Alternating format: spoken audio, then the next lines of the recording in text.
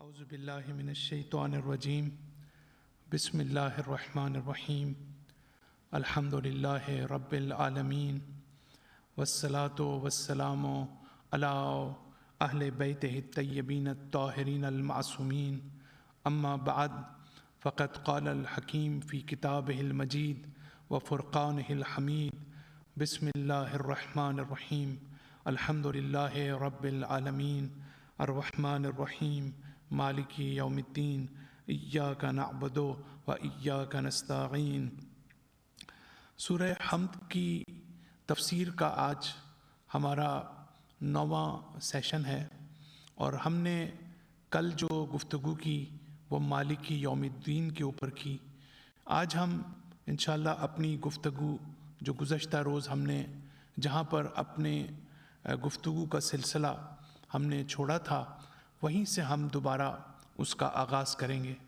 تو ہم نے کل جو بات کی وہ یہ تھی کہ مالکیت کا ایک تصور ہمارے پاس ہے کہ جس کا مطلب ہے کہ تسلط، جس کا مطلب ہے حاکمیت، جس کا مطلب ہے کنٹرول، جس کا مطلب ہے اقتدار۔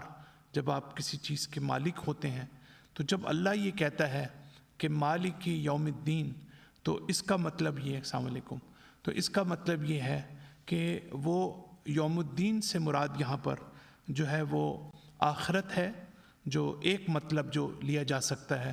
قرآن کی ایک آیت آپ کے سامنے پڑھ رہا ہوں، وما ادراکا، وما ادراکا 2 مرتبہ اس آیت میں آیا ہے کہ تمہیں کیا معلوم کہ یوم الدین کیا ہے۔ وما ادراکا یوم الدین، تمہیں کیا معلوم کہ یوم الدین کیا ہے۔ یوم لا تملک نفس لنفس شیئا، وہ کہ جس دن کوئی نفس جو ہے جس کا اپنے اوپر جو ہے کوئی اختیار نہیں ہوگا۔ یعنی دیکھیں اس آیت کو آپ سمجھنے کی کوشش کریں کہ اس آیت میں ایک قسم کا یہ جو کائنات ہے اس میں ہم ایلیوژن میں رہتے ہیں، ہمیں ایک امیجینیشن میں رہتے ہیں ہم یہاں پر، اور اپنے آپ کو کبھی کبھی ہم دھوکہ بھی دیتے ہیں، جہاں ہم اپنے آپ کو صاحب اختیار سمجھتے ہیں، جہاں اپنے نفس کا اپنے آپ کو مالک سمجھتے ہیں، جہاں ہم یہ سمجھتے ہیں کہ ہمارا اپنے نفس کے اوپر کنٹرول ہے، ہم اپنے نفس کے اوپر اعتماد کرتے ہیں۔ جو اعتماد بالنفس ہے، یہ سارے الفاظ یہاں ہم استعمال کرتے ہیں، لیکن وہاں پر کیا ہوگا قیامت کے دن کہ لا تملک نفس لنفس شیئا، وہاں پہ کوئی جو ہے وہ کسی کے اوپر حاکم نہیں ہوگا، کسی پہ اس کی طاقت نہیں ہوگی، کسی پہ اس کا کنٹرول نہیں ہوگا۔ تو یہ جو قیامت ہے، جو آخرت ہے، اس کو قرآن یہ کہتا ہے، السلام علیکم، یہ یوم الظہور ہے، یعنی اس کائنات کی جو حقیقتیں ہیں، جو اس کائنات کی اصل حقیقت ہے، جو ہمیں نظر نہیں آ رہی ہے، ہم اسے دیکھ نہیں سکتے ہیں، لیکن اس کو مینیفیسٹیشن اس کی ہوگی قیامت کے دن۔ اللہ تعالیٰ ایک جگہ پر قرآن مجید میں یہ کہتا ہے کہ جس کو تم، یعنی میں اپنے الفاظ میں بتا رہا ہوں، جس کو تم دوست سمجھتے تھے۔ دیکھیں ہمارے پاس یہاں 3 چیزیں ہوتی ہیں، غور کیجئے گا اس کے اوپر۔ مثلا جب میرا آپ کے ساتھ ایک رابطہ ہوتا ہے برقرار، تو یہاں 3 چیزوں کو سامنے رکھنا ضروری ہے تاکہ ہم قیامت کے اور ہم آخرت کے تصور کو ہم سمجھ سکیں۔ ایک میری ذات ہے، اور ایک آپ کی ذات ہے، اور ایک ہمارے درمیان ایک ریلیشن شپ ہے۔ تو جب آپ اور میں ایک دوسرے سے انٹریکٹ کرتے ہیں تو ہمارے درمیان جو ریلیشن شپ ہے وہ کیا ہے؟ اگر آپ مجھ سے پوچھیں گے بھئی ہمارا کیا ریلیشن شپ ہے، تو میں کہوں گا کہ دوستی اور محبت کا ریلیشن شپ ہے، یہی ہے اس دنیا میں ہم سمجھتے ہیں۔ تو یہ تو ہم اپنے سینٹر کی بات کر رہے ہیں، مومنین کی بات کر رہے ہیں، متقین کی بات کر رہے ہیں، لیکن ایکسٹرنل ورلڈ میں ہماری بہت سے افراد کے ساتھ دوستی ہوتی ہے جن کے بارے میں ہم یہ سمجھتے ہیں کہ یہ ہمارے دوست ہیں۔ ریلیشن شپ کیا ہے ان کے ساتھ؟ ہمارا دوستی کا ہے۔ تو قیامت کے دن میں بھی ہوں گا، قیامت کے دن آپ بھی ہوں گے، لیکن قیامت کے دن ایک تیسری چیز بھی ہوگی کہ جس کو میں اور آپ یہاں نہیں دیکھ سکتے، بلکہ صرف اس کو ہم سمجھ سکتے ہیں، اور وہ کیا ہے؟ ریلیشن شپ۔ تو جو ریلیشن شپ ہے وہ بھی قیامت کے دن جو ہے اس کو بھی اس کے ظہور ہوگا اس کا۔ تو جو ریلیشن شپ کو ہم یہ سمجھ رہے تھے کہ یہ ریئل ریلیشن شپ ہمارا دوستی کا ہے، قیامت میں اللہ تعالیٰ کہے گا کہ وہ ریلیشن شپ اس کی جب حقیقت سامنے آئے گی تو وہ دشمنی میں بدل جائے گا۔ آپ نے نوٹ کیا کہ یہ بڑی عجیب منزل ہے یہ آخرت کو سمجھنے کی، جو قرآن کتنی ڈیپتھ میں جاتا ہے، کتنی گہرائی ہے قرآن کے اندر، کہ جو ہمارے پورے تربیتی نظام کو ہمارے تبدیل کر کے رکھ سکتا ہے اگر ہم یہ ڈیوائن ویژن اور یہ آؤٹ لک ہم اپنے اندر پیدا کر لیں کہ ہمارے جو ریلیشن شپس ہیں اس کائنات میں، ان کی نوعیت پہ ہم غور کریں کہ وہ حق اور حقیقت جو ہے ان میں کیا ہے۔ تو وما ادراکا ما یوم الدین یوم لا تملکو، ایک اور آیت میں ہے والامر یومئذ للہ، جو امر ہے، جو حکم ہے آج یعنی قیامت کے دن، وہ صرف اللہ کے لیے ہے۔ اب دیکھیں اللہ کا حکم تو اب بھی ہے، اللہ کا حکم تو ابھی بھی چلتا ہے، لیکن اللہ آخرت کے بارے میں کہہ رہا ہے۔ کیوں؟ اس لیے کہ آخرت میں ہمیں اصل میں اللہ کی قدرت نظر آئے گی، اصل میں اللہ کی طاقت نظر آئے گی، اصل میں ہمیں پتہ چلے گا کہ اصل کاز کیا تھی ہر چیز کی۔ یہاں پر ہمیں جو ہے وہ ہر چیز سکیٹرڈ نظر آتی ہے، ہر چیز بکھری ہوئی نظر آتی ہے، ہمیں ہر چیز کی ایک الگ کاز نظر آتی ہے۔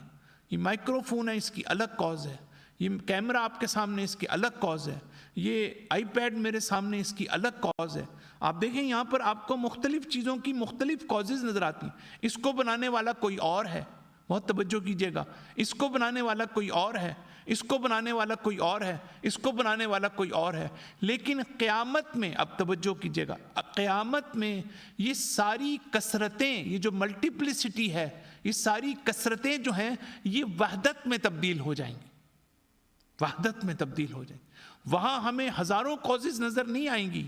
اللہ تعالیٰ کہتا ہے قرآن مجید میں، آیت ہے جس کا جو ہے سورہ بقرہ آیت نمبر 166، وَتَقَطَّعَتِ الْأَسْبَابِ، یہ جو اسباب ہیں یہ سب جو ہے منقطع ہو جائیں گے، یہ ڈسکنیکٹ ہو جائیں گے جو اسباب یہاں پر ہیں۔ تو یہ ہماری جو ہے گفتگو کہ جہاں پر جو ہے اللہ تعالیٰ کہتا ہے وَالْأَمْرُ يَوْمَئِذٍ لِلَّهِ، اور یہیں سے جو ہے وہ شرک کا تصور پیدا ہوتا ہے۔ اب میں پھر آپ کے سامنے قرآن کی سورہ یوسف کی آیت نمبر 101 یا 2 ہے، وہ میں آپ کے سامنے، آپ ذرا قرآن کے الفاظ کو سنیے گا۔ قرآن کہتا ہے ما یؤمن اکثرہم باللہ، کس کی بات کر رہا ہے قرآن؟ مؤمنین کی بات کر رہا ہے، صاحبان ایمان کی بات کر رہا ہے، کفار کی بات نہیں کر رہا، مشرکین کی بات نہیں کر رہا۔ قرآن ہم اور آپ اور مومنین کی بات کر رہا ہے۔ کہتا ہے وَمَا يُؤْمِنُ أَكْثَرُهُمْ بِاللَّهِ، یہ جو اکثر لوگ اللہ پر ایمان لاتے ہیں، ترجمے پہ غور کیجئے گا، یہ جو اکثر لوگ اللہ پر ایمان لاتے ہیں، کہتے ہیں کہ وَمَا يُؤْمِنُ أَكْثَرُهُمْ بِاللَّهِ إِلَّا وَهُمْ مُشْرِكُونَ، مگر یہ کہ یہ شرک کرتے ہیں۔ اب مومن کو مشرک کہا جا رہا ہے، ایک طرف آپ کے اندر ایمان ہے اور دوسری طرف اللہ کہہ رہا ہے اکثریت کے دل میں شرک بھی ہے۔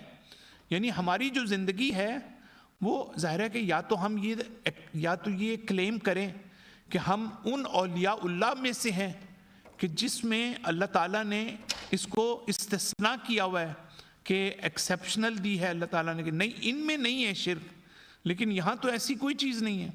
یہاں پر اللہ تعالیٰ کہہ رہا ہے وَمَا يُؤْمِنُ أَكْثَرُهُمْ بِاللَّهِ، تو ہم کم سے کم اپنے آپ کو اس اکثریت سے نہیں نکال سکتے کہ جو مومن بھی ہیں لیکن اس مومن کے ساتھ ساتھ ان کے اندر جو ہے وہ شرک بھی ہے۔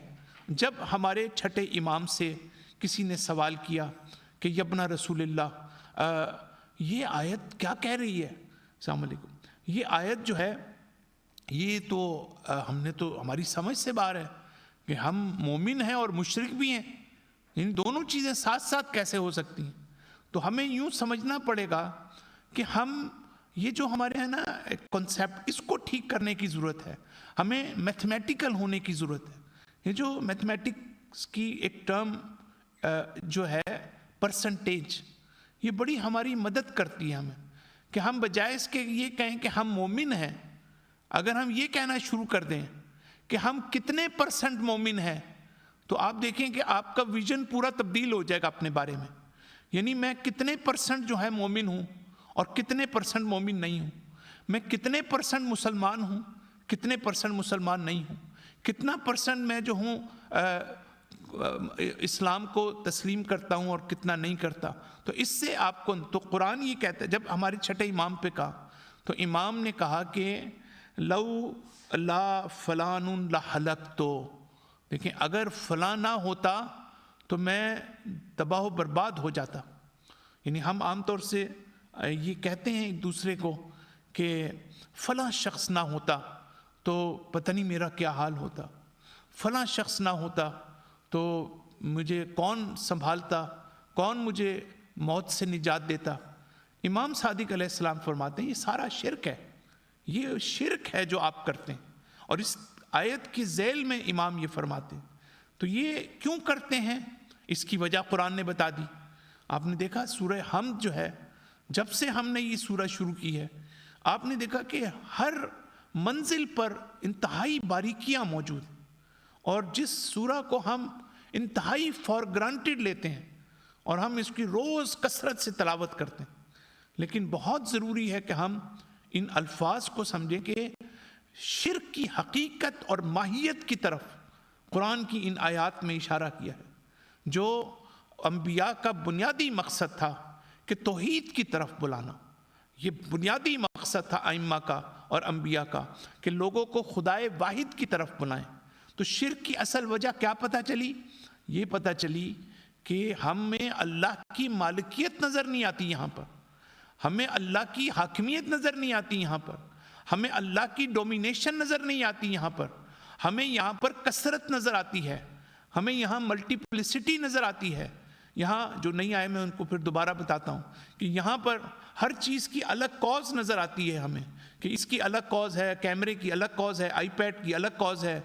لیکن یہ جو مختلف کازز ہمیں نظر آتی ہیں، قیامت کے دن یہ وحدت کی طرف لوٹ جائیں گے. ان کے پیچھے جو اصل کاز ہے وہ ہمیں جو ہے نظر نہیں آتی یہاں پہ. لیکن اور جب نظر نہیں آتی تو اس کے نتیجے میں ہم شرک کرتے ہیں، اس کے نتیجے میں ہم دنیا سے وابستہ ہو جاتے ہیں، اس سے دنیا میں ہم دنیاوی اسباب کے ساتھ متوجہ ہو جاتے ہیں، اس کے نتیجے میں ہم جو ورلڈلی کازز ہیں اس کے ساتھ اپنے آپ کو اٹیچ کر لیتے ہیں، اور اللہ تعالیٰ جو ہے وہ ہمیں نظر نہیں آتا. اللہ تعالیٰ کہتا ہے کہ میں جو ہوں قیامت کے وللہ ہے، اللہ کے لیے جو ہے وہ الواحد القہار، یعنی آج میری جو توحید ہے اور میری جو قہاریت ہے، میرا غلبہ جو ہے آج تمہیں نظر آئے گا. اب یہاں بڑی امپورٹنٹ نقطے کی طرف آنے سے پہلے بلکہ یہیں پہ میں آپ کو بیان کر دوں کہ قرآن کہنا کیا چاہتا ہے. یہ بڑا امپورٹنٹ ہے کہ اب ایک چیز ہم نے یہاں سمجھی کہ شرک، وہ شرک جس کو ہم شرک خفی کہتے ہیں، ہڈن شرک، ایک تو وہ ہوتا ہے نا جو مشرکین ہیں، اور ایک وہ جو قرآن کہتا ہے اکثر مومن بھی مشرک ہیں. یہ وہ شرک کیا ہے؟ وہ یہی ہے کہ ہمارا خدا پر وہ ایمان نہیں ہے، ہماری خدا کے بارے میں وہ معرفت نہیں ہے کہ جس کے نتیجے میں ہم اس دنیا میں بھی خدا کو دیکھ سکیں. اور یہی وہ جگہ ہے کہ جہاں پر اب قرآن کیا کہنا چاہتا ہے. قرآن یہ کہنا چاہتا ہے کہ یہ صرف آخرت سے ریلیٹڈ نہیں ہے. آپ یہ نہ سمجھیں کہ اب آخرت میں آپ خدا کی ڈومینیشن دیکھیں گے، آپ اور میں دیکھیں گے. لیکن قرآن یہ کہنا چاہتا ہے کہ اسی دنیا میں ایسی عظیم ہستیاں موجود ہیں، اولیاء اللہ موجود ہیں، ائمہ موجود ہیں، عرفاء موجود ہیں، انبیاء موجود ہیں، کہ جو اسی دنیا میں اللہ کو ایسے دیکھیں گے جیسے ہم آخرت میں اللہ کو دیکھیں گے. توجہ کی آپ نے؟ یعنی آخرت میں جیسے ہم اللہ کے ظہور کو دیکھیں گے، جہاں ہم ایکچول کاز کو دیکھیں گے، ہم ایکچول شفا دینے والے کو دیکھیں گے، ایکچول ہماری مدد کرنے والے کو دیکھیں گے، تو اس کے بعد جو ہے ہم وہ لوگ یہاں اللہ کو دیکھتے ہیں۔ مولا کائنات کیا فرماتے ہیں؟ اب سمجھ آتی ہے کہ مولا کائنات کیا فرماتے ہیں، کہ میں کسی چیز کو نہیں دیکھتا مگر اس سے پہلے، اس وقت اور اس کے بعد اپنے رب کو دیکھتا ہوں۔ پہلے میں اپنے خدا کو دیکھتا ہوں، یعنی اللہ کی ڈومینیشن کو میں دیکھتا ہوں اپنے حقیقت ایمان کے ذریعے سے۔ اب امام علی علیہ السلام کیا فرماتے ہیں؟ بے حقائق الایمان، میں حقیقت ایمان کے ذریعے سے اپنے اللہ کو دیکھتا ہوں، یعنی ہر چیز سے پہلے میں ابھی ایک بڑا اچھی پوائنٹ پہ ہم پہنچنے والے ہیں، آپ حیران ہوں گے کہ یہ قرآن کیا کہہ رہا ہے، وہاں پر آ کے میں اس کو ایکسپلین کروں گا، لیکن جب ہم آگے بڑھتے ہیں تو ہمیں یہ یہاں پر سمجھ آئی تیسرے منزل پر کہ یہ چیزیں جو ہے وہ جو اولیاء اللہ ہیں وہ یہاں پر بھی اللہ کی ڈومینیشن کو دیکھتے ہیں۔ پھر ایک آیت آپ کے سامنے پڑھ رہا ہوں کہ لمن الملک الیوم، اللہ تعالیٰ یہ آواز لگائے گا کہ کس کی ہے یہ سلطنت آج۔ اب یہ آواز آج بھی اللہ لگا رہا ہے، آج بھی اللہ کہہ رہا ہے لمن الملک، یہ دنیا، مادی دنیا کس کی ہے؟ ہم اس کو سن ہی نہیں پا رہے ہیں، ہمارے پاس وہ سننے کی طاقت ہی نہیں ہے کہ ہم اس آواز کو سن سکیں، ہمارے پاس وہ دیکھنے کی طاقت ہی نہیں ہے کہ ہم اس لمن الملک کو ہم دیکھ سکیں۔ اللہ تعالیٰ یہاں تو یہ کہہ رہا ہے آخرت میں کہوں گا، لیکن دراصل اللہ یہ بھی کہنا چاہتا ہے کہ میں یہاں بھی تمہیں کہہ رہا ہوں، لیکن ہر شخص کے پاس وہ کان نہیں ہے جو میری آواز کو سن سکیں، ہر شخص کے پاس وہ دل کی آنکھیں نہیں ہیں کہ جس سے وہ میری حاکمیت کو، میرے اقتدار کو، میری قدرت کو اور میری ڈومینیشن کو وہ اس دنیا میں دیکھ سکیں۔ تو للہ الواحد القہار، اللہ واحد اور قہار، جس کا غلبہ ہو، جس کا قہر ہے ہر طرف، وہ ہمیں آخرت میں نظر آئے گا۔ اور پھر میں ایک اور آیت جو آپ ہمیشہ دعا میں بھی پڑھتے ہیں، وَمَا بِكُم مِّن نِعْمَةٍ فَمِنَ اللَّهِ، ہمیں یہ کہا گیا ہے، اگرچہ ہمیں سمجھ نہیں آتی، توجہ کیجئے، اگرچہ ہمیں سمجھ نہیں آتی، اگرچہ ہمارے پاس وہ کان نہیں ہیں، اگرچہ ہمارے پاس وہ آنکھیں نہیں ہیں کہ ہم اپنے اللہ کو اس دنیا میں دیکھ سکیں، ہم وہ معرفت حاصل کر سکیں، اور یہ ہماری بدبختی ہے، یعنی مسلمانوں کی یہ بدبختی ہے کہ اگر آپ ممبر سے توحید کی بات کرنا چاہیں، آپ اللہ کی، میں اپنے ایکسپیرینس کے ساتھ کہہ رہا ہوں گزشتہ 20-30 سال کا، جو مختلف دنیا بھر میں اسپیچز کے نتیجے میں اپنی کمیونٹی کی حالت بتا رہا ہوں کہ کسی میں یہ دلچسپی ہی نہیں ہے کہ اللہ کو کوئی اللہ کے بارے میں بات کرے، اس کی شناخت کے بارے میں بات کرے، اس کی معرفت کے بارے میں بات کرے، اس لیے کہ ہم کسی اور طرف چل پڑے ہیں، ہم اس راستے کی طرف چل ہی نہیں رہے ہیں جہاں پر ہم اس بات کو سمجھ گئے لمن الملک الیوم، کس کی حق، اس کی طرف ہمیں سفر کرنا ہے۔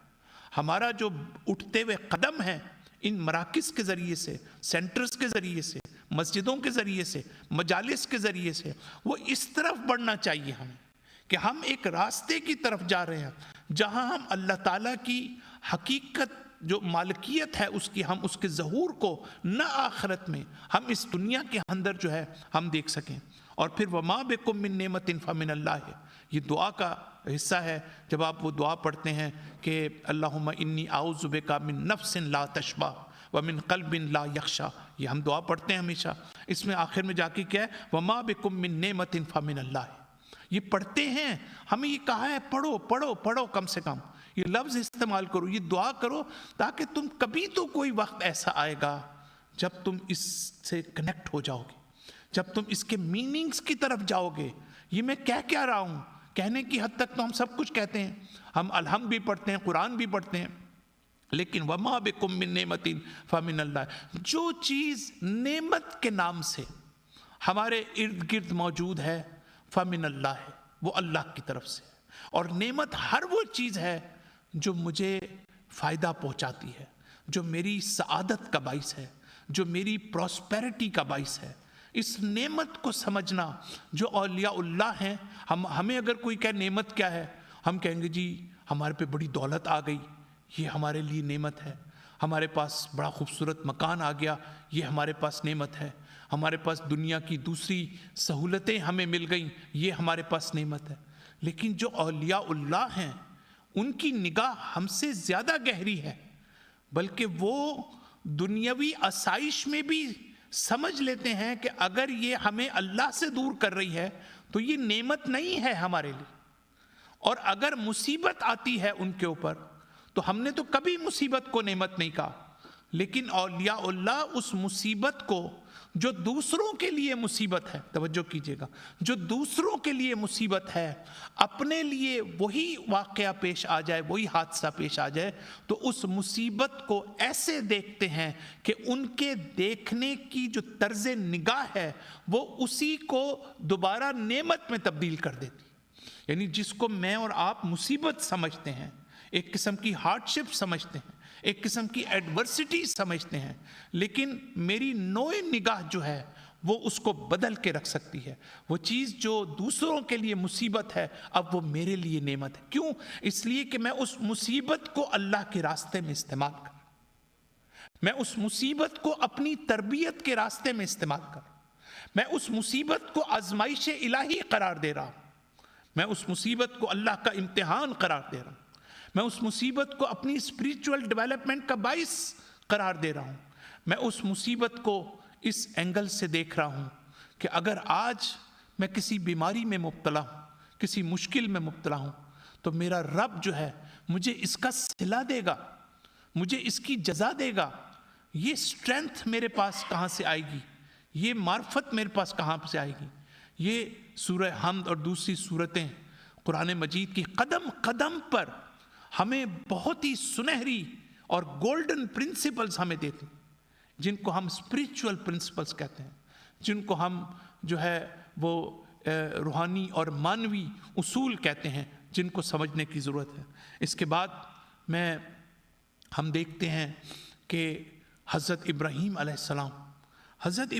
السلام جو ہے وہ کیسے اللہ تعالیٰ کی حاکمیت کو اس دنیا میں کتنے خوبصورت الفاظ کے ساتھ آپ جو ہے وہ اللہ تعالیٰ کی جو ڈومینیشن ہے اس کو بیان کرتے ہیں. جہاں رب العالمین کی بات کرتے ہیں, فرعون سے مکالمہ ہو رہا ہے, رب العالمین کہ رب العالمین کون ہے تمہارا رب, بار بار پوچھتا ہے فرعون. آپ کیا کہتے ہیں؟ رب العالمین کون ہے میں بتاتا ہوں تمہیں. اب وہ کہتے ہیں کہ الذی ہوا یطعمنی و یسقینی, میرا رب جو ہے وہ ہے. اب اگر مجھ سے اور آپ سے کوئی پوچھے کہ رب کی ڈیفینیشن کیا ہے, ہم یہ ڈیفینیشن نہیں کر سکتے جو حضرت ابراہیم نے کی ہے. حضرت ابراہیم کہتے ہیں کہ الذی ہوا یطعمنی و یسقینی, میرا رب وہ ہے جو مجھے کھانا کھلاتا ہے جب مجھے بھوک لگتی. میرا رب وہ ہے کہ جب مجھے پیاس لگتی ہے تو مجھے پانی پلاتا ہے. ہم نے تو کبھی یہ سوچا بھی نہیں کہ جب ہمیں بھوک لگتی ہے تو کھانا کھلانے اوپر سے جیسے گویا اتر کے خدا آتا ہے اور اپنے ہاتھ سے مجھے کھانا کھلاتا ہے. کبھی ہم نے یہ سوچا آج تک؟ ہم نے تو کبھی نہیں سوچا. ابھی اس کے بعد یہ کھانے کی ساری آپ کے سامنے مقدمات موجود ہیں, یہ کھانا آپ کے سامنے آئے گا. ہم نے سے کبھی سوچا کہ کون کھلا رہا ہے کھانا؟ سب یہ کہیں گے جی از-زہرا کھلا رہا ہے کھانا, آج جی از-زہرا کی طرف سے کھانا دیا جا رہا ہے. یہی سنتے ہیں ہمیشہ. آج کی مجلس جو ہے وہ حلیم کی مجلس ہے, آج کی مجلس جو ہے وہ بریانی کی مجلس ہے, سارا یہی ہوتا ہے. لیکن اس کے اندر کہیں ہمیں یہ چیز نظر نہیں آتی جو حضرت ابراہیم ہمیں بتا رہے ہیں. میرا رب وہ ہے کہ جب مجھے بھوک لگتی ہے تو مجھے کھانا کھلاتا ہے. یعنی بیچ میں ابراہیم نے سارے واسطوں کو ختم کر دیا. اب کوئی بیچ میں کوئی میڈییٹر نہیں ہے, کوئی مرکز نہیں ہے, کوئی سینٹر نہیں ہے, کسی کا گھر نہیں ہے, کوئی سبزی والا نہیں ہے, کوئی پکانے والا نہیں ہے, کوئی لانے والا نہیں ہے. ساروں کو ابراہیم نے پس پش ڈال دیا. یعنی یہ اسباب ہے نا سارے جتنے بھی ہیں, ان اسباب کو اللہ کہتا ہے میں قیامت کے دن پیچھے لے جاؤں گا ان کو اور میں آگے آ جاؤں. قیامت میں آپ کو پتہ چلے گا کھلانے والا خدا ہے. لیکن یہاں یہ اسباب ہمیں آگے بڑھنے نہیں دیتے. ہمیں اپنے اندر اتنی کشش ہے ان کے اندر کہ یہ ہمیں اپنے اندر جذب کر لیتے ہیں. اتنی اٹریکشن ہے ان کے اندر کہ ہم اس کے پیچھے جا ہی نہیں پاتے ہیں. ہم ان حجابات کو ہٹا ہی نہیں پاتے ہیں اپنی زندگی میں، جس کے نتیجے میں جو ہے ہم اسی دنیا میں سٹک ہو جاتے ہیں اور ظاہر ہمارے لیے سب کچھ ہو جاتا ہے اور ہم باطن سے جو ہے وہ ہٹتے چلے جاتے ہیں۔ اس کے بعد حضرت ابراہیم کیا فرماتے ہیں؟ اب آپ آگے دیکھیے کتنی خوبصورت آیت ہے۔ فرماتے ہیں اذا مرضتو، جب میں بیمار ہو جاتا ہوں، فہو یشفینی، تو وہ مجھے کیا کرتے ہیں؟ اللہ تعالیٰ پھر مجھے جو ہے وہ کیور کرتا ہے، ہیل، اللہ تعالیٰ مجھے شفا دیتا ہے۔ پھر اب یہاں نہ کوئی ڈاکٹر ہے، نہ کوئی فارمیسی ہے، نہ کوئی میڈیسن ہے، کچھ بھی نہیں ہے یہاں، یہ سارے اسباب ہیں نا، ان اسباب کو ابراہیم نے ہمارے سامنے لپیٹ دیا سارا، ان کی کوئی حیثیت نہیں۔ کہتے ہیں کہ وہ میرا رب ہے جو مجھے شفا دے۔ اگر کسی کے پاس اس لیول کا یقین ہو جائے، یہ تو ظاہر ہے کہ ائمہ انبیاء جن کے پاس یہ اسم اعظم ہے، یہ ہے کہ جو آپ کی، جس سے دعائیں بھی آپ کی تبھی قبول ہوں گی جب آپ کی معرفت ایسی ہوگی۔ پھر دوبارہ میں تکرار کرتا ہوں، ہمارے امام سے، چھٹے امام سے پوچھا، مولا ہماری دعا قبول نہیں ہوتی، اس لیے قبول نہیں ہوتی کہ تم جس سے مانگتے ہو اس کو پہچانتے نہیں ہو، تم پہچانتے ہی نہیں ہو، اس کو جانتے ہی نہیں ہو، اس کو مانگ کس سے رہے ہو؟ تمہاری دعا کیسے قبول ہوگی؟ دعا تو تب قبول ہوگی نا تم جس سے مانگ رہے ہو اس کو جانتے بھی تو ہو کہ وہ ہے کون، وہ ہستی کیا ہے۔ تو اس لیول پر اگر ہماری معرفت ہوگی تو ہم دنیا میں اس کے ریزلٹس حاصل کر سکتے ہیں، اللہ تعالیٰ سے ہم مانگ سکتے ہیں اور اللہ تعالیٰ ہماری مدد کرے گا جو ہے وہ اس سلسلے میں۔ تو یہ جو ہے وہ امپورٹنٹ چیز ہم نے دیکھی کہ اس کو آج ہم دیکھتے ہیں۔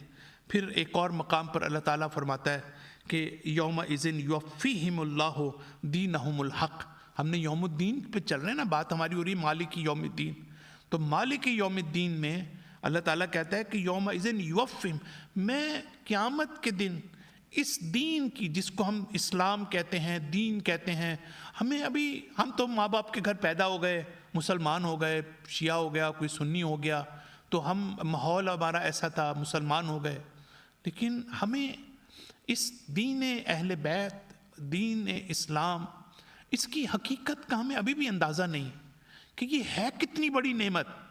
آج بھی لوگ جو ہیں وہ کہتے ہیں ہمارے بچوں کو اسلامی اسکول میں، جو میں دیکھتا ہوں فیملیز میں لڑائی ہو رہی ہوتی ہے، مثلا ماں کہہ رہی ہوتی ہے کہ بچے جو ہیں اسلامی اسکول میں نہیں جائیں گے، بچے جو ہیں وہ الزہرا میں نہیں جائیں گے، بچے جو ہیں پبلک اسکول میں پڑھیں گے۔ ہمارے لوگوں کو پتہ ہی نہیں ہے کہ دین ہے کیا چیز، اور جو دین بتایا گیا ہے اس کی وجہ لوگوں کا بھی کوئی قصور نہیں ہے اس میں، جس طرح کا دین بتایا گیا ہے۔ تو اللہ تعالیٰ کیا کہہ رہا ہے کہ میں قیامت کے دن، یہاں پر بھی جب امام زمان تشریف لائیں گے تب بھی ہمیں دین کی حقیقت پتہ چلے گی، لیکن قیامت میں اور زیادہ پتہ چلے گی کہ اس دین کی اصل حقیقت جو ہے، اللہ تعالیٰ کہتا ہے کہ میں پورے ظہور اور پورے وجود کے ساتھ میں تمہیں دکھاؤں گا کہ وہ دین جو ہم نے دنیا میں لے کر آئے تھے، اس دین کی اصل حقیقت کو تم دیکھنے کے قابل ہو جاؤ۔ وصلی اللہ علی محمد وعلی آلہ الطیبین الطاہرین المعصومین۔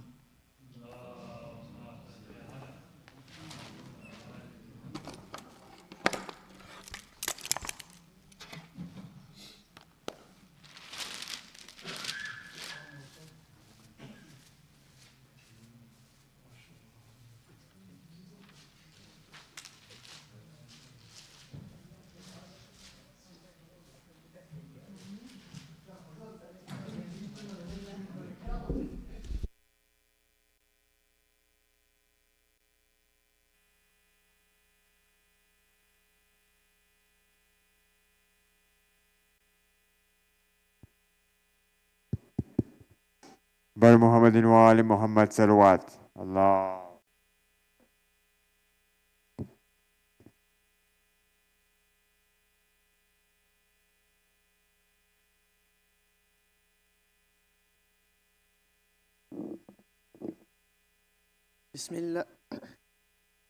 بسم اللہ الرحمن الرحیم، اللہم صل علی محمد وآل محمد، اللہم انی اسألک واتوجہ الیک بنبیک نبی الرحمہ محمد صلى الله عليه وآله.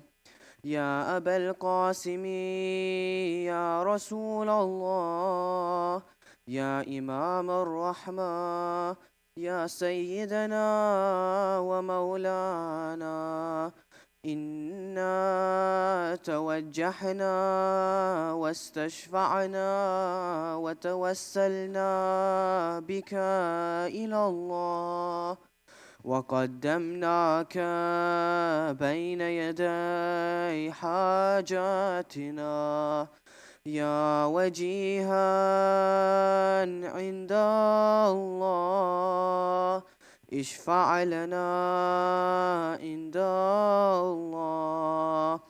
يا أبا الحسن يا أمير المؤمنين، يا علي بن أبي طالب، يا حجة الله على خلقه، يا سيدنا ومولانا، إنا توجهنا واستشفعنا وتوسلنا بك إلى الله، وقدمناك بين يدي حاجاتنا، يا وجيها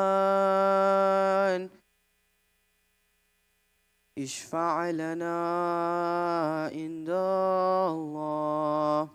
يا فاطمة الزهراء يا بنت محمد، يا قرة عين الرسول، يا سيدتنا ومولاتنا، إنا توجهنا واستشفعنا وتوسلنا بك إلى الله، وقدمناك بين يدي حاجاتنا، يا وجيهة اشفعي لنا عند الله. يا أبا محمد يا حسن بن علي، أيها المجتبى يا ابن رسول الله، يا حجة الله على خلقه، يا سيدنا ومولانا، إنا توجهنا واستشفعنا وتوسلنا بك إلى الله، وقدمناك بين يدي حاجاتنا، يا وجيها اشفع لنا عند الله. يا أبا عبد الله يا حسين بن علي، أيها الشهيد يا ابن رسول الله، يا حجة الله على خلقه، يا سيدنا ومولانا، إنا توجهنا واستشفعنا وتوسلنا بك إلى الله، وقدمناك بين يدي حاجاتنا، يا وجيها اشفع لنا عند الله.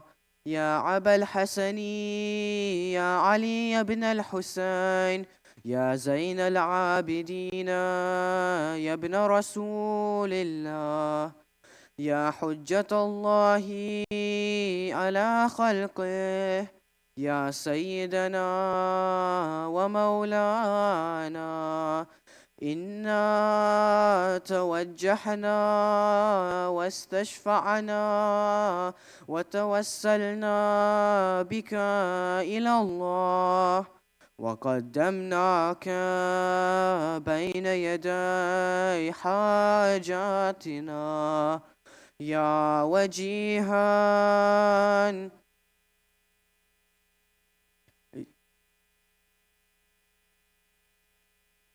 يا أبا جعفر يا محمد بن علي أيها الباقر يا ابن رسول الله يا حجة الله على خلقه يا سيدنا ومولانا إنا توجهنا واستشفعنا وتوسلنا بك إلى الله وقدمناك بين يدي حاجاتنا يا وجيها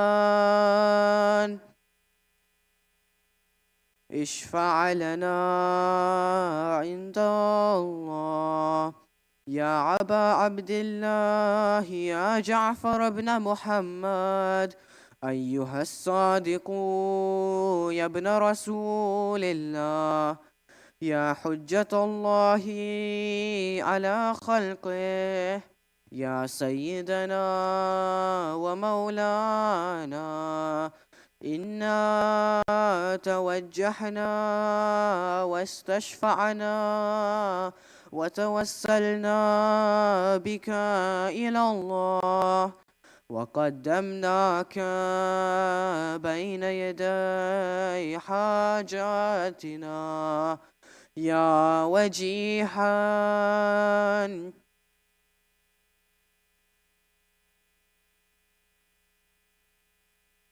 يا أبا الحسن يا موسى بن جعفر أيها الكاظم يا ابن رسول الله يا حجة الله على خلقه يا سيدنا ومولانا إنا توجهنا واستشفعنا وتوسلنا بك إلى الله وقدمناك بين يدي حاجاتنا يا وجيها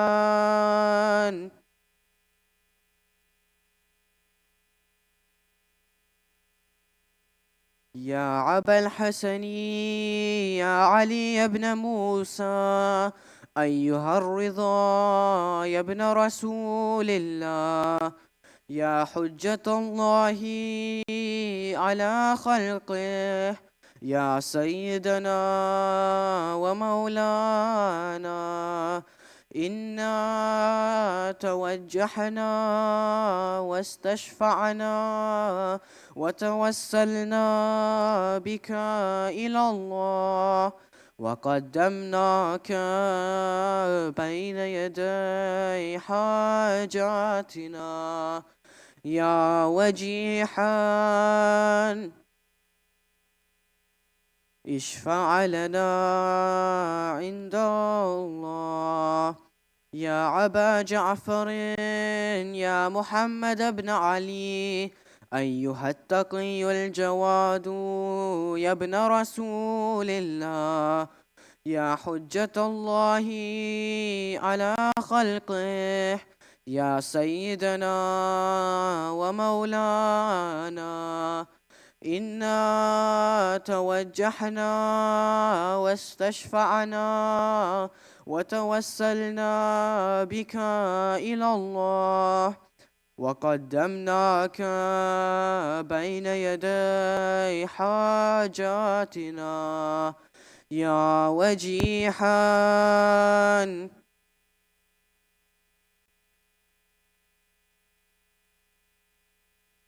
يا أبا الحسن يا علي بن محمد أيها الحادي النقي يا ابن رسول الله يا حجة الله على خلقه يا سيدنا ومولانا إنا توجهنا واستشفعنا وتوسلنا بك إلى الله وقدمناك بين يدي حاجاتنا يا وجيها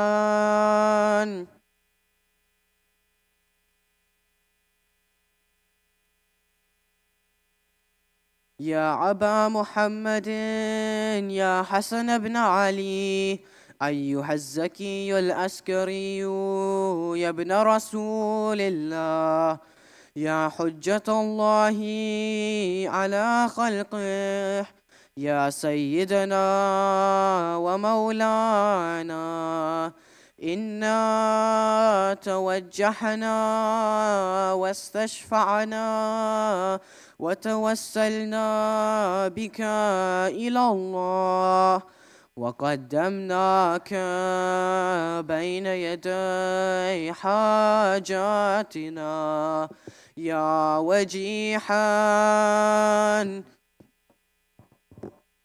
اشفع لنا عند الله يا وسي الحسن والخلف الحجة أيها القائم المنتظر المهدي يا ابن رسول الله يا حجة الله على خلقه يا سيدنا ومولانا إنا توجهنا واستشفعنا وتوسلنا بك إلى الله وقدمناك بين يدي حاجاتنا يا وجيها عند الله اشفع لنا عند الله يا وجيها عند الله اشفع لنا عند الله يا سادتي ومواليا إني توجهت بكم أئمتي وأدتي ليوم فقري وحاجتي إلى الله وتوسلت بكم إلى الله واستشفعت بكم إلى الله فاشفعوا لي عند الله واستنكذوني من ذنوبي عند الله فإنكم وسيلتي إلى الله وبحبكم وبقربكم أرجو نجاة من الله فكونوا عند الله رجائي يا سادتي يا أولياء الله صلى الله عليهم أجمعين ولعن الله أعداء الله ظلمهم من الأولين والآخرين آمين رب العالمين.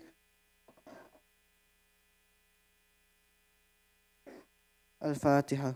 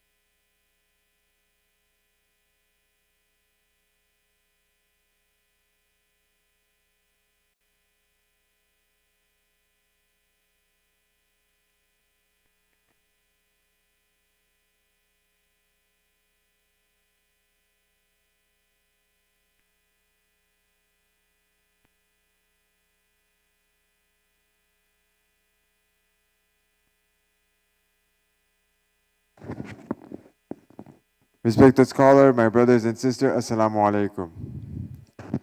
Tonight's iftar is sponsored by Bande Khuda for the Isal Sawab of all marhumin. It's also sponsored by the Virji, Yusuf Ali Rashid, Hassan Chatu, and Fida Hussein D. Jafar families for the Isal Sawab of all marhumin in the donor's family and all marhumin, as well as for the Isal Sawab of all marhumin in the Mithani family, all marhumin in the Sagarwala family, marhum Murad Ali Hirji. As well, can I ask you to recite Surah Fatiha for marhum Abdul Hussein Juma Mullah, marhuma Amina Abdul Hussein Mullah. Al-Fatiha.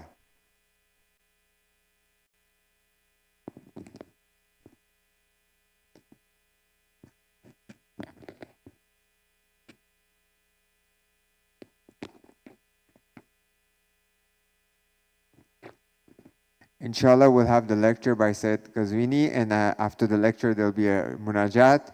And after munajat, there'll be an announcement done by the fundraising team and the food drive team. So if I can ask him to please be seated after the lecture and the munajat.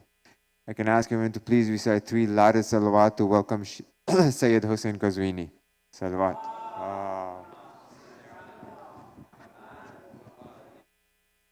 Allah.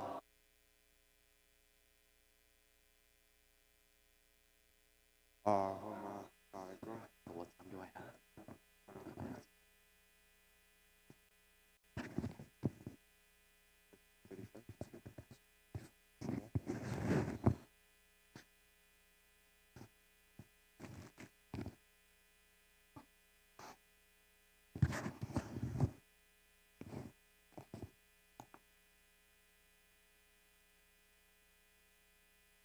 أعوذ بالله من الشيطان الرجيم.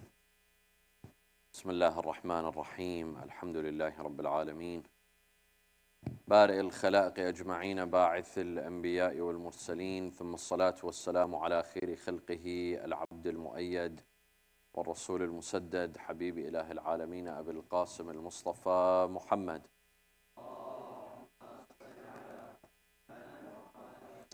وعلى أهل بيته الطيبين الطاهرين وصحابته المنتجبين. قال الله تعالى في كتابه الكريم: والذين اتخذوا مسجدا ضرارا وكفرا وتفريقا بين المؤمنين وإرصادا لمن حارب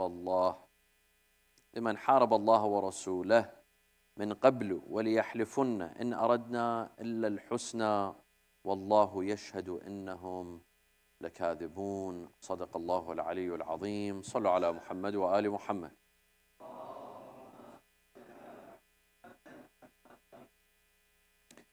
A group of munafiqeen, a group of hypocrites in Medina, they asked Rasulullah sallallahu alaihi wasallam for permission to build a mosque in Hay Salim, which is close to Quba.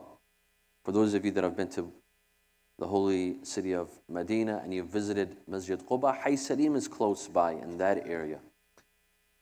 And we all know the significance of Masjid Quba, the first mosque to be built in Islam under Rasulullah sallallahu alaihi wasallam. These hypocrites, of course, they disguised as mu'mineen. They disguised themselves as believing Muslims. They asked Rasulullah to give them permission to build a masjid in Hay Salim. For whom? For the elderly, for the sick, for the disabled, for people to be able to come and pray in this masjid on rainy days if they can't reach Quba, because Quba was a bit farther. This masjid would be closer, so it would be more accessible to those who are disabled, to those that can't make it to Masjid Quba. Now, Rasulullah was preparing to go to the Battle of Tabuk. So he gave them an initial acceptance that, yes, go ahead, whatever you'd like to do. And they asked them that when you come back, we'd like you to pray in this masjid. Open our masjid for us, to have our grand opening. Rasulullah was preparing to go to the Battle of Tabuk. So he gave them permission to build the masjid. He told them, I'm going to the Battle of Tabuk. When I come back, we'll see what happens. When Rasulullah returned back from the battle of Tabuk, as soon as he arrived in Medina, they came and they told him, Ya Rasulullah, you promised us that you will pray in our masjid, you will open our masjid. Before this, upon arriving into Medina, the day that Rasulullah was about to enter in Medina, Jibreel comes to Rasulullah with the following verse: وَالَّذِينَ اتَّخَذُوا مَسْجِدًا ضِرَارًا وَكُفْرًا وَتَفْرِيقًا بَيْنَ الْمُؤْمِنِينَ وَإِرْصَادًا لِمَنْ حَارَبَ اللَّهُ وَرَسُولَهُ. Those who take a mosque to be harmful, those who build a harmful mosque, and to spread kufr, and to spread disunity amongst believers, and to create a sanctuary for the disbelievers. Rasulullah immediately knew that there was something wrong. This masjid was not as it seems. And so Allah exposes the hypocrites. He exposes their true intentions. And this mosque was built in the disguise of a place of worship, but it was a place of espionage. It was a place of disbelief. It was a place to create a rift and disunity amongst the Muslims. Here, Rasulullah was ordered to bring down the mosque and to burn down the mosque and to turn it into a dumpster. Imagine, from a mosque that was initially, the idea was to pray in this mosque and worship Allah, Rasulullah was ordered to turn it into a dumpster, to burn it down and to bring it down. Now, in order to understand the reason behind this, we have to understand the context of this verse and the following verse. وَصَلَّ عَلَى مُحَمَّدٍ وَآلِ مُحَمَّدٍ.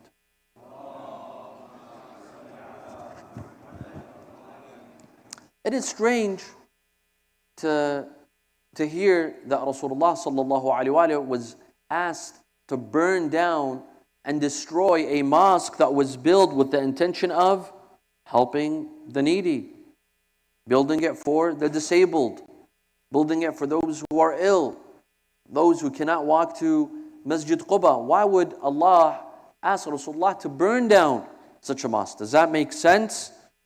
Well, we have to understand the circumstances of why this masjid was built. There was a man during the days of Jahiliyyah by the name of Abu Amir.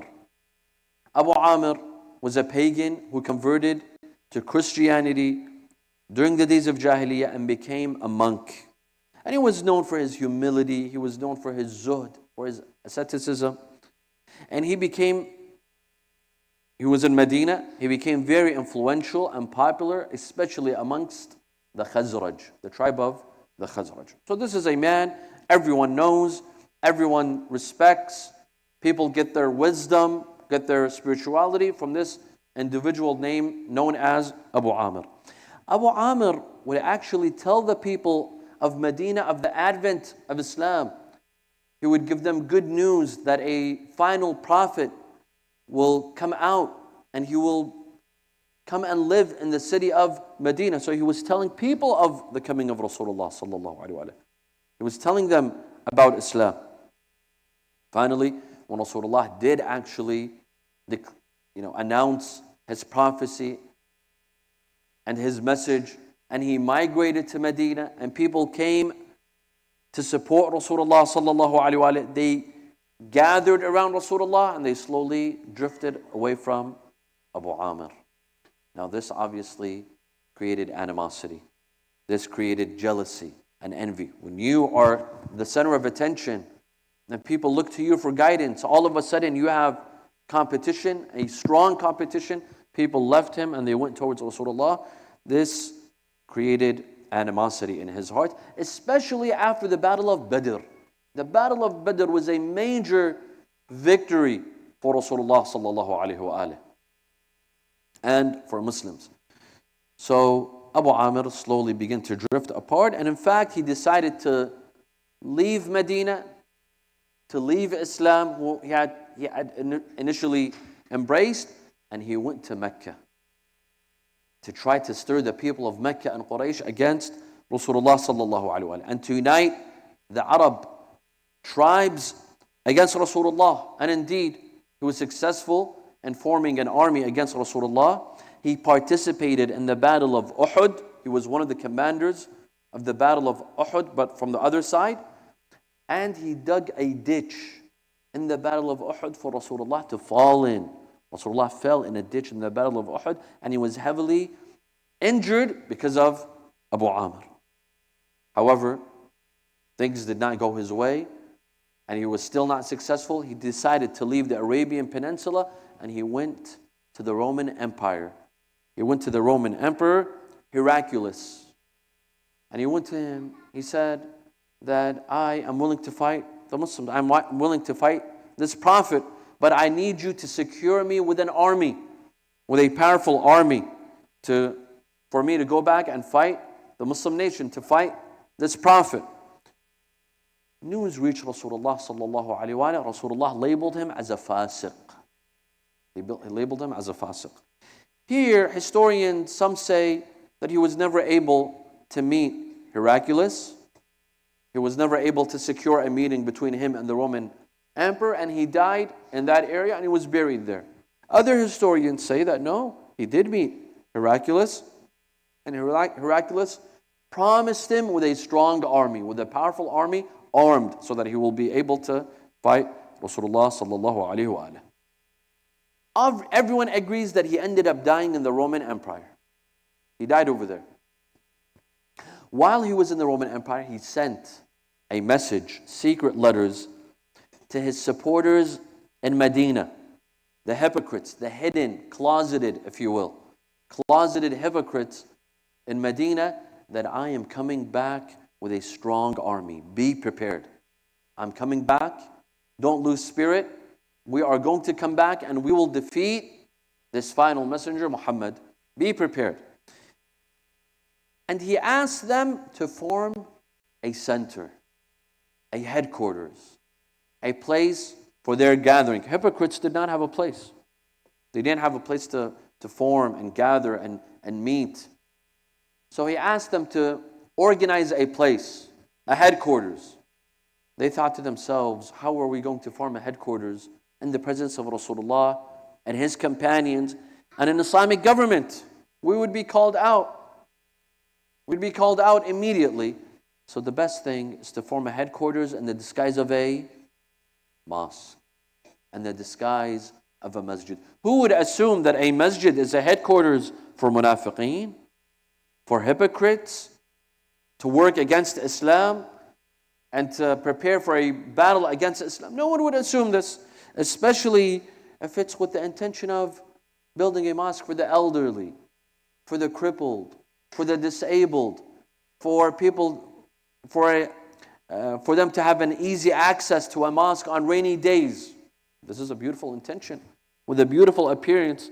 You would never assume that this is the job of hypocrites. They built the mosque, and everyone was happy that a new mosque was being built in Medina. And they brought one of the young Sahaba who was good in recitation of the Holy Quran, Majma' bin Haritha, and they appointed him as the Imam of the masjid. However much the enemies of Islam work against Islam, Allah exposes them, exposes their true intentions. And at the end of the day, Allah saves this religion. He protects this religion. Allah exposes the hypocrites with the verse, وَالَّذِينَ اتَّخَذُوا مَسْجِدًا ضِرَارًا وَكُفْرًا وَتَفْرِيقًا بَيْنَ الْمُؤْمِنِينَ وَإِرْصَادًا لِمَنْ حَارَبَ اللَّهَ وَرَسُولَهُ. Allah exposes them. Allah knew of their intentions, but He did not inform Rasulullah, because Rasulullah was going to the battle of Tabuk. Rasulullah was going to fight. Rasulullah needed a clear mind. Allah did not want him to worry about an internal conflict in Medina. And Allah wanted the true nature of the hypocrites to be exposed on their own. Some people, you don't need to expose them. Their true colors are shown on their own. They do an excellent job of exposing themselves. True hypocrites, they expose themselves. They don't need to be exposed. So Allah waited till the end of the battle of Tabuk when Rasulullah was returning to Medina. He exposed them officially and revealed these verses. Not only that, but Rasulullah was ordered not just not to pray in their mosque, but to go and destroy it, burn it, and turn it into a dumpster. Sallallahu ala Muhammad wa ala Muhammad.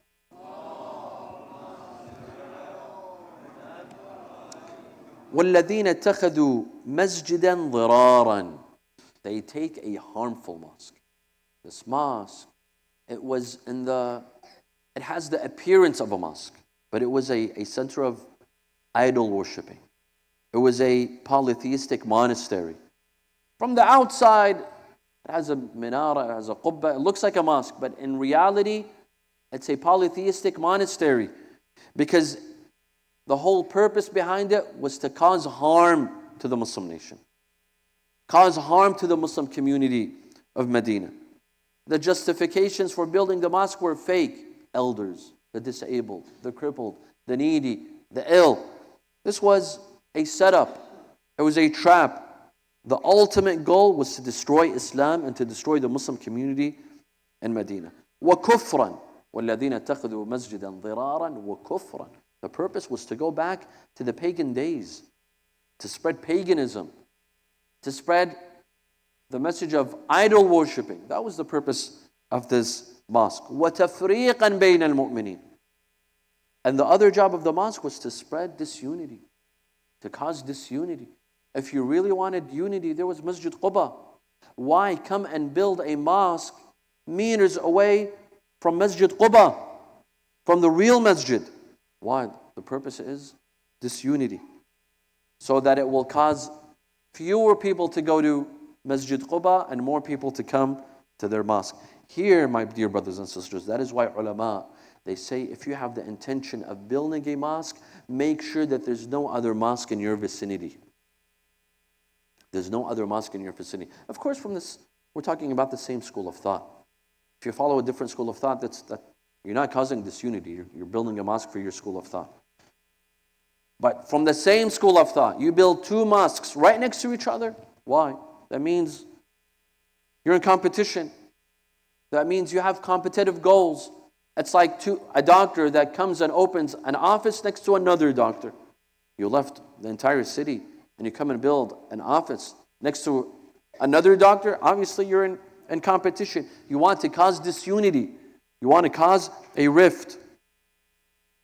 Scholars say that don't build a mosque next to each other. Let there be a distance. Let there be a distance. When you see in a community that some individuals come and build a mosque right next door another mosque, that means their intention is not sincere. It's not for the sake of Allah. You're not building a place of worship. If you want to build a place of worship, there's a mosque right here. Come and pray in this mosque. Why come and build a mosque right next to it? وَإِرْصَادًا لِمَنْ حَارَبَ اللَّهَ وَرَسُولَهُ. The purpose was to create behind Masjid Dirar. Masjid Dirar was to create a headquarters for the kuffar and for the mushrikeen. My dear friends, Masjid Dirar, it became a concept. It's not just a physical place, a physical masjid. It became a concept for any mosque that is built to cause disunity, to cause fitna, to cause trouble, to cause a rift in the Muslim community. That masjid is known as Masjid Dirar. It became a concept. وَإِرْصَادًا لِمَنْ حَارَبَ رَسُولَ اللَّهِ وَلِيَحْلِفُنَّ إِنْ أَرَدْنَا إِلَّا الْحُسْنَى. And they will swear to you, Ya Rasulullah, that we had sincere intentions. We built this mosque for the needy, for the poor, for the disabled, those who can't come to Masjid Quba. They will swear. They have a good appearance. They have great slogans. But the important thing is to know the true intentions. Because sometimes looks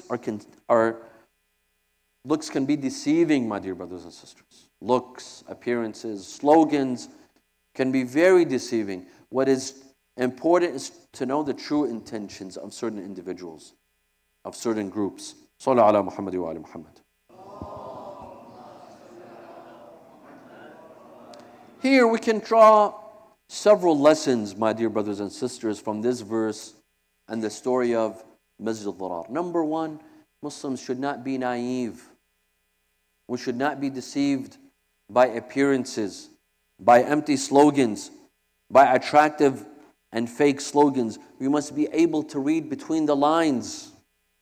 Muslims have to read between the lines. What is this person or this group or this entity or this party's true intentions? We have to be able to read between the lines. Muslims have to be smart and intelligent. We have to be able to distinguish between hypocrites and non-hypocrites. We have to be able to distinguish between the tactics of hypocrites. Because in every time and in every place, there are hypocrites and they use the same tactics all the time. They come with clear intentions, beautiful intentions. We're here to serve you, serve Islam. We're here to serve the elderly and the crippled and the needy. But they have a hidden agenda. We have to be able to read in between the lines and call them out. Because in every time and in every place there are frauds. There are fake prophets. There are fake mu'mineen. They're fake. There are fake mosques. There are fake scholars. There's frauds. There's fraudsters everywhere that are trying to fool the mu'mineen. The mu'mineen are supposed to call them out. Be able to distinguish who is true and who is false. You see, there are some people, they can't come and fight Islam publicly. They don't have the means, they don't have the support, but they will come and try to infiltrate us from within our ranks. They will come and try to destroy us from within. They can't declare war on you publicly. They're cowards. They can't. So they will come and they will try to infiltrate us from within. We have to be very careful. Muslims have to be very intelligent, not to be deceived by attractive appearances. We have to have the ability to analyze, think, ponder, not rush. Not rush. Try to discover true intentions. True Muslims do not accept every call that is extended to them, even if it seems legitimate. True Muslims do not shake hands of every hand that is extended to them, even if it seems legitimate. We cannot be naive. A true Muslim does not support every movement that invites him or her to join. They do not affiliate every movement with every party. No, Muslims are awake. Or in a modern concept, they're woke. Muslims are woke, they're awake. They know who is out to get them and who is out to support them and to truly support them. We have to do our homework. We have to be able to distinguish between angels and demons, between the sheep and the wolves. We learn from this story that we can be infiltrated. They will come and get us with the disguise of a mosque, Hosseiniya, with beautiful intentions, with a beautiful appearance, but they're actually trying to destroy us. This is something we have to pay attention to. Pay attention to people's true intentions. Look out for Freudian slips, because those who hide true intentions in their hearts, they will slip. Once in a while, they will slip. They will say a word here, a word there. It will slip out of them. We have to be cautious and catch on to those signs that sometimes we are blind to. This doesn't mean that we become suspicious of everyone. At the same time, it doesn't mean that we are suspicious of everyone. In some communities, we are suspicious of every convert. Why is this person converting to Islam? Why is this person accepting Islam with the school of thought of Ahl Bayt? Or we are suspicious of every journalist. No, this is incorrect as well.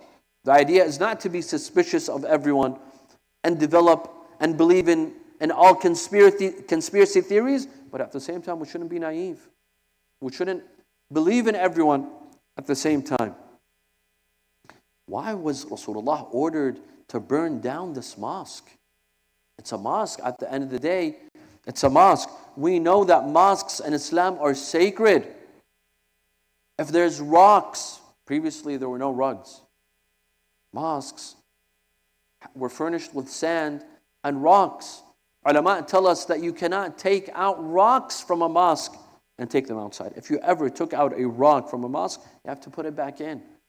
If a masjid becomes najis, you have to rush. You have to rush to purify it and to clean it. This is the sanctity of a mosque. Yet Allah orders Rasulullah sallallahu alaihi wasallam to burn down this mosque and bring it down, and not just that, but to turn it into a dumpster, mazbala. To turn it into a dumpster, a place where the community throws their trash. Why? Why? Because this mosque has a beautiful appearance, but in reality, it's not a mosque. It's not a mosque. It's a polytheistic monastery. It's not a place to worship Allah Azza wa Jalla. It's a place to worship Shaitan. There's nothing sacred about it. It's a place of division. It was not a house of God. It was a house of shaitan. Names don't matter. Calling it a masjid doesn't matter. It's the true intentions. It's what this mosque represents, what it stands for, what it is doing to the community. That is what it is. This is Masjid Dirar. This is number one. Number two, any masjid that causes disunity in the Muslim community is Masjid Dirar. Masjid Dirar is not just a historical story of an incident that occurred 14 centuries ago in the life of Rasulullah sallallahu alaihi wasallam. No, Masjid Dirar is any mosque in the community. When there's a rift in the community, when ego comes in the way, when someone is not able to run the mosque in his way or her way, they cause a rift in the community and they'll say, we will build our own mosque.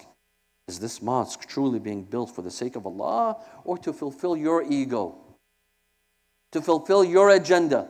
Because you were not able to lead the other mosque. You did not receive the presidency of the board. Your agenda did not go through. You want to build this mosque. Your mosque is a Masjid Dirar. It's causing a disunity in the community. The point of a mosque is to cause unity, is to create unity. This is one of the beautiful things about our mosques, is that it gets us together, it gets our youth together, our family members together, not to cause disunity and division. The unity of Muslims is above all else. Even if you're building a mosque for the sake of Allah, but the unity of Muslims is above all else. Number three, we learn a lesson from the story of Masjid Dirar that whenever you destroy, you have to have a replacement. You cannot destroy without providing a replacement. And here Allah provides a replacement. وَالَّذِينَ اتَّخَذُوا مَسْجِدًا ضِرَارًا. And then in the second verse, لَمَسْجِدٌ أُسِّسَ عَلَى التَّقْوَى مِنْ أَوَّلِ يَوْمٍ أَحَقُّ أَن تَقُومَ فِيهِ. There's a replacement. Masjid Quba. You don't have to go to this harmful masjid. There's Masjid Quba that was built upon piety from the first day. There's a replacement. You see, my dear friends, this is a lesson for us all. Whenever we teach our children not to do something, teach them to do something else. You have to provide a replacement. Even as a scholar, as a speaker, as community leaders, whenever we negate, we have to provide. Even in Shahada, you see, La ilaha illallah. I negate other gods, but I prove that there's a God. You cannot negate and stop. You can't say La ilaha and stop. La ilaha illallah. Whenever you destroy, you have to build. You tell youth not to go to clubs, not to go to harmful places. There's a mosque. There's a community center. There's youth sessions. There's sports. There's sport events. Provide an outlet. You tell people, don't listen to this speaker, but provide them another speaker. Provide them with another outlet. Provide them with a replacement. Don't go to this place, but go to this place. Don't believe in this theory, but there's another theory. You have to have a replacement. Don't be that type of person that only destroys and negates and tells people not to do something without having a replacement. You always have to have a replacement. Don't listen to music. Well, we have an anashid that you may listen to. Always have a replacement, because destroying is not enough. The fourth lesson, my dear brothers and sisters, and I conclude with this, is that a useful center, a masjid that is truly for the sake of Allah, has to have two components. You see, لَمَسْجِدٌ أُسِّسَ عَلَى التَّقْوَى مِنْ أَوَّلِ يَوْمٍ. A mosque has to be built upon piety and righteousness and sincere intentions from the first day. From the first day. Now, wallah, I want to build a masjid because I want to prove that other masjid wrong. They disgraced me, they embarrassed me, they didn't allow me to have my programs, my events. I'm going to prove them wrong. I'm going to have my masjid. This is not a true intention. Believe me, this sort of masjid will fail. It will become Masjid Dirar.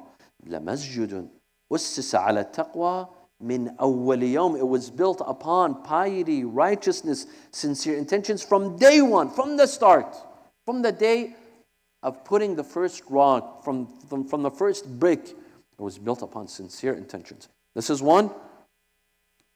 أحق أن تقوم فيه, and then فيه رجال يحبون أن يتطهروا. This mosque has men and women, of course. The verse isn't just talking about men. When it says رجال, men and women that like to be purified. فيه رجال يحبون أن يتطهروا.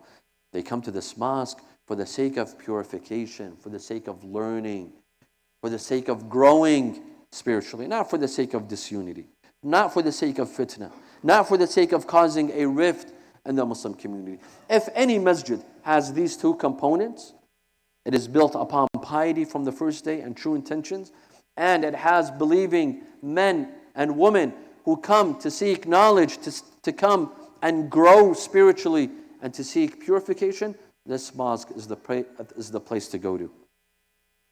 This masjid is a good masjid to go to. It is not a harmful masjid. A masjid should be built for the sake of Allah and only, not for the sake of individuals, not for the honor and for the ego of certain individuals. I want to build a mosque for myself. I want people to say, this is my mosque and it's for my friends and for my people. وَأَنَّ الْمَسَاجِدَ لِلَّهِ فَلَا تَدْعُوا مَعَ اللَّهِ أَحَدًا. I conclude with the story of Buhlul. You all know Buhlul. Buhlul came across a mosque built by a certain individual. A certain individual built a mosque. So Buhlul came and asked him, he told him, you built this mosque for whom? He said, for Allah. He said, are you sure? He said, yes, absolutely.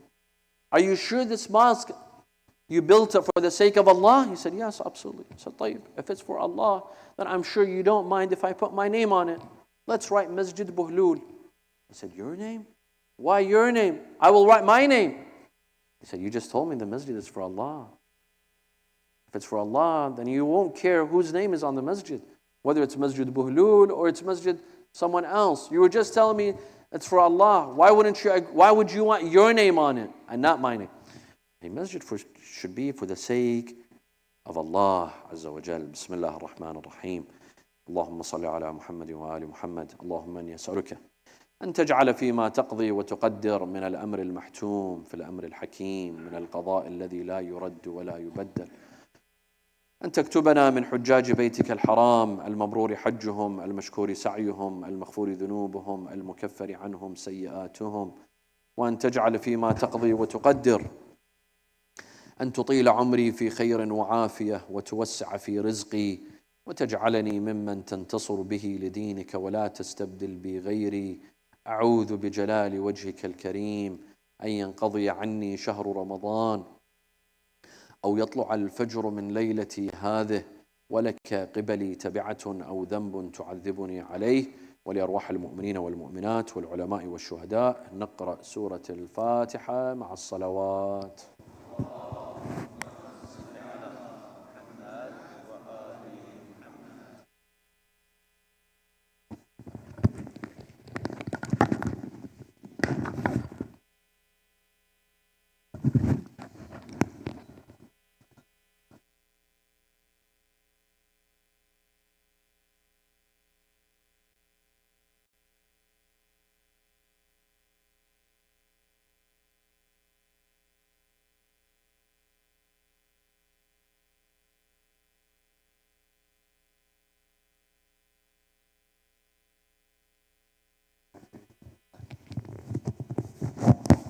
محمد وآل محمد صلوات.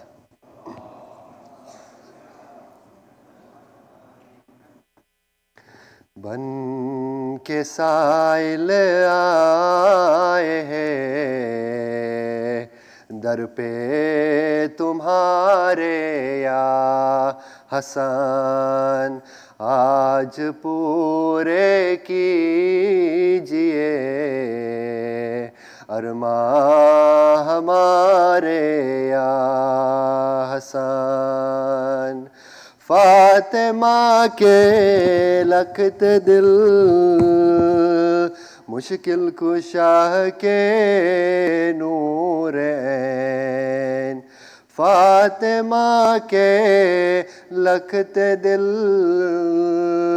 مشکل کشا کے نور عین ہو رسول اللہ کے آنکھوں کے تارے یا حسن بن کے سائل آئے ہیں در پہ تمہارے یا حسن آپ کا در چھوڑ کر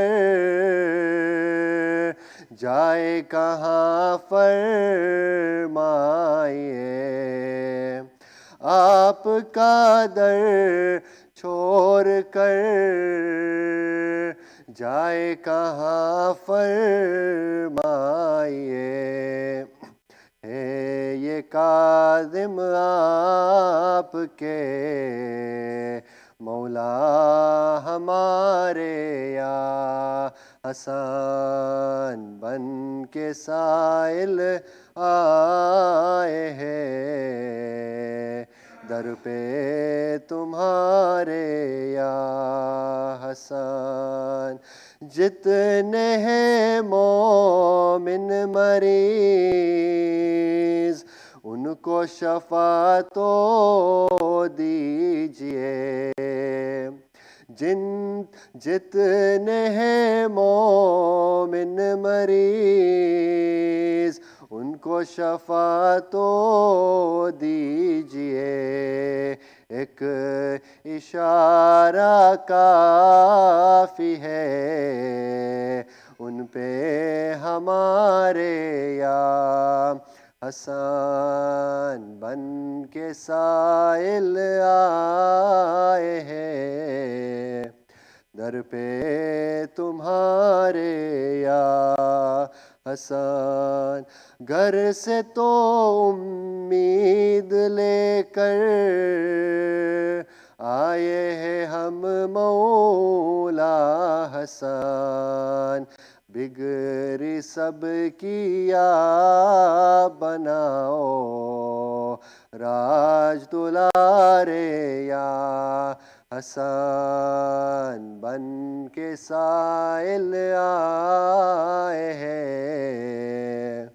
در پہ تمہارے یا حسن آج پورے کیجئے ارماں ہمارے یا حسن محمد و آل محمد صلوات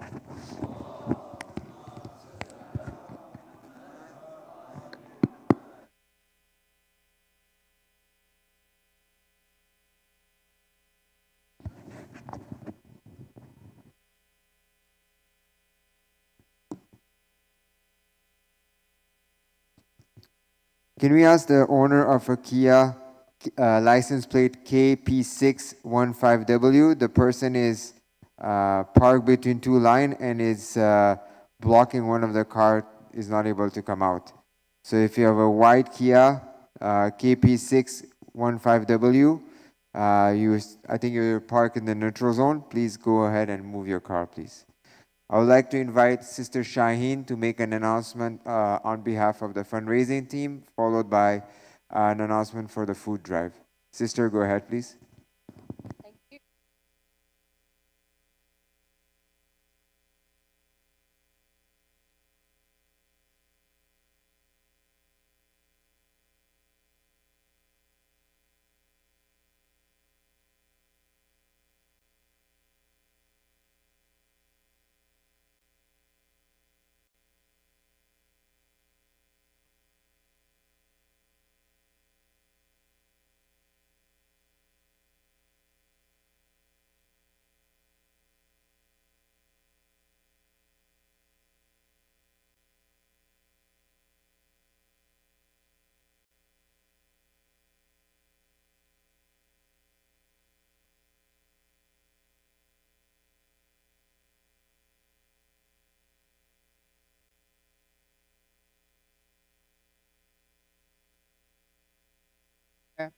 From youth programs to senior activities, from sports to wellness lectures, from consistent and wonderful spiritual upliftment from our sheikhs and maulanas to a sanctuary where we can collectively gather to offer our prayers to the Almighty. No amount is too small, and every little bit helps.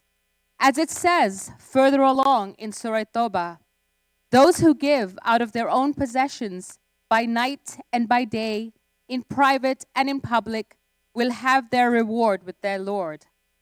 You can donate online or in person at the treasurer's desk. We still have nights that you can sponsor, or you can donate to the Ramadan Fund. On behalf of the fundraising team at Az-Zahraa, we thank you for your help. Before I hand over to the mic to the youth committee, I also wanted to let you know that we will be selling pins for Palestine, with all proceeds going to the Palestine Fund. Please look out for these during the nights of Laylatul Qadr. Thank you.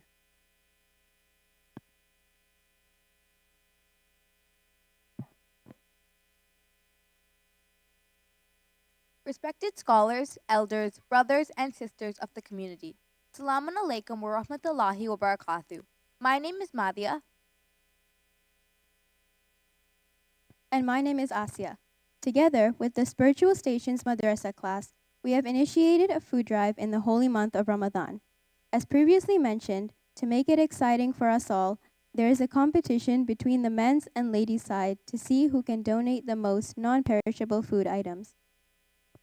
You will see on the poster displayed that the women are leading by 433 items compared to 349 items from the men. We have 2 weeks left of Ramadan until we determine the final winner. So we encourage everyone to remember the importance of giving this month and give sadaqah to those in need. Thank you to those who have already generously donated, and we hope to reach our goal of 1,000 items, inshallah. Salawat.